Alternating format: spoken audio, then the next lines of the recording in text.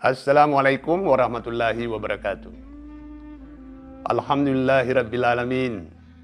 Wassalatu wassalamu ala rasulillahil karim. Sayyidina Maulana Muhammad wa ala alihi wa sahbihi ajma'in. Amma ba'd.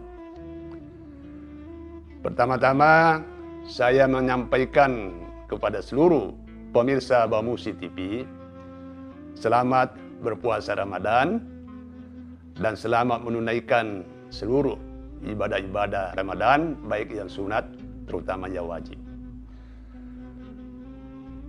Pertanyaan yang sering muncul selama ini adalah, apa sih tujuan puasa itu? Bahkan biasa kita dengar, ada pernah lagu beredar dari, kalau saya tidak salah, dari grup Bimbo. Potongannya mengatakan, ada anak bertanya sama bapaknya, buat apa kita berlapar puasa?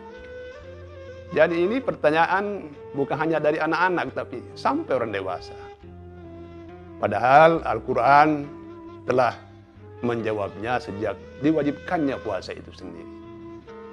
Kutiba alaikum siyam, kama kutiba alal ladina min qablikum, la'allakum tattaqun. Jadi puasa itu tujuannya adalah agar kamu bertakwa. Pemirsa Bamusi TV yang terhormat, tinggal kita ini mau atau harus menghayati dan memahami apa arti takwa itu. Secara sederhana, takwa bisa kita maknai seorang muslim atau mukmin menjalani kehidupannya sehari-hari dengan penuh pengendalian diri, mengawasi dirinya, mengatasi dirinya. Dengan mengendalikan diri, mengatasi diri, mengawasi diri, maka hampir semua pekerjaannya, perilakunya itu terarah kepada nilai-nilai kebajikan, baik terhadap diri, keluarga, maupun masyarakat. Tapi masalahnya ialah bagaimana cara kita mengendalikan diri itu. Ya, ini harus dipahami. Perlu diketahui bahwa dalam diri manusia ada 3 nafsu besar yang selalu mempengaruhi perilaku manusia. 3 nafsu besar inilah yang harus dikuasai, diatasi. Jangan nanti sampai 3 nafsu besar itulah yang menguasai kita. 3 nafsu besar itu, hadirin sekalian, pemirsa Bamusi TV yang berbahagia. Ada pertama nafsu emosi. Nafsu emosi itu ada pusatnya di dada kita. Di sinilah berpusat nafsu emosi, orang marah, orang gembira, orang sakit hati atau sedih, di sini semua terasa. Nafsu emosi ini kalau tidak dikendalikan, akan melahirkan gesekan-gesekan pergaulan. Terjadilah perkelahian, terjadilah persidangan di pengadilan, bahkan tidak jarang saling bunuh antara sesama manusia akibat pengaruh nafsu emosi. Di bawah nafsu emosi itu ada lagi nafsu makan, minum, di perut kita pusatnya. Nafsu emosi ini juga sangat besar bahayanya. Nafsu makan sangat besar bahayanya. Dari sinilah timbul sifat-sifat serakah manusia. Sifat loba, sifat tamak, sifat kikir, egois dalam soal rezeki, yang kadang-kadang menimbulkan perkelahian, bahkan pengadilan juga, sampai pada sifat-sifat manusia yang selalu mudah membunuh sesamanya demi mencari rezeki. Terjadilah persidangan atau perkelahian, memperebutkan warisan perusahaan, warisan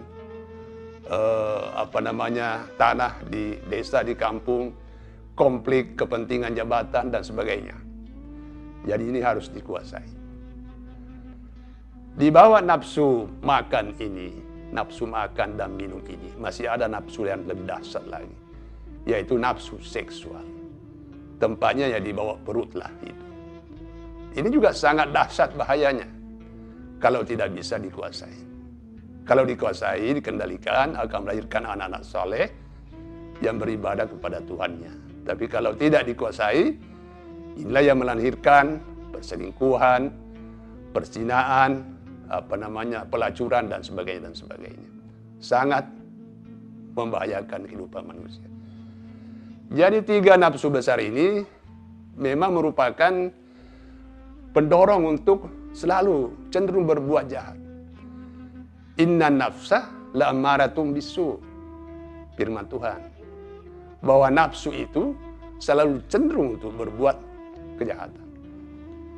Tapi Tuhan juga demi rahman rahimnya kepada manusia memberi potensi kepada nafsu itu untuk menjadi bertakwa. Ya. Makanya di dalam Al-Quran ada ayat yang berbunyi wa nafsin wa ma sawwaha falhamaha fujuraha wa taqwaha. Dan demi jiwa ketika disempurnakan oleh Tuhan, diberi nafsu-nafsu, maka Tuhan mengilhami, memberi potensi kepada nafsu fujur, di samping potensi untuk berbuat jahat, juga wa taqwaha, potensi untuk menjadi bertakwa. Jadi tanggung jawab kita sekarang bagaimana membuat potensi nafsu ini menjadi bertakwa. Inilah tujuannya puasa Ramadan. Dari puasa Ramadan ini kita bisa mengendalikan nafsu makan dan minum sepanjang hari. Kita bisa mengendalikan nafsu seksual di siang hari. Dan diupayakan agar kita ini dapat juga mengendalikan nafsu emosi.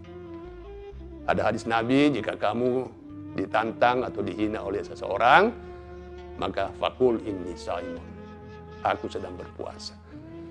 Sedang berpuasa artinya kita tidak mengganggu orang lain. Sekarang biasa kita dengar, hormatilah orang berpuasa. Artinya, seolah-olah orang lain harus menghormati kita. Harus dilengkapi dengan ungkapan orang berpuasa.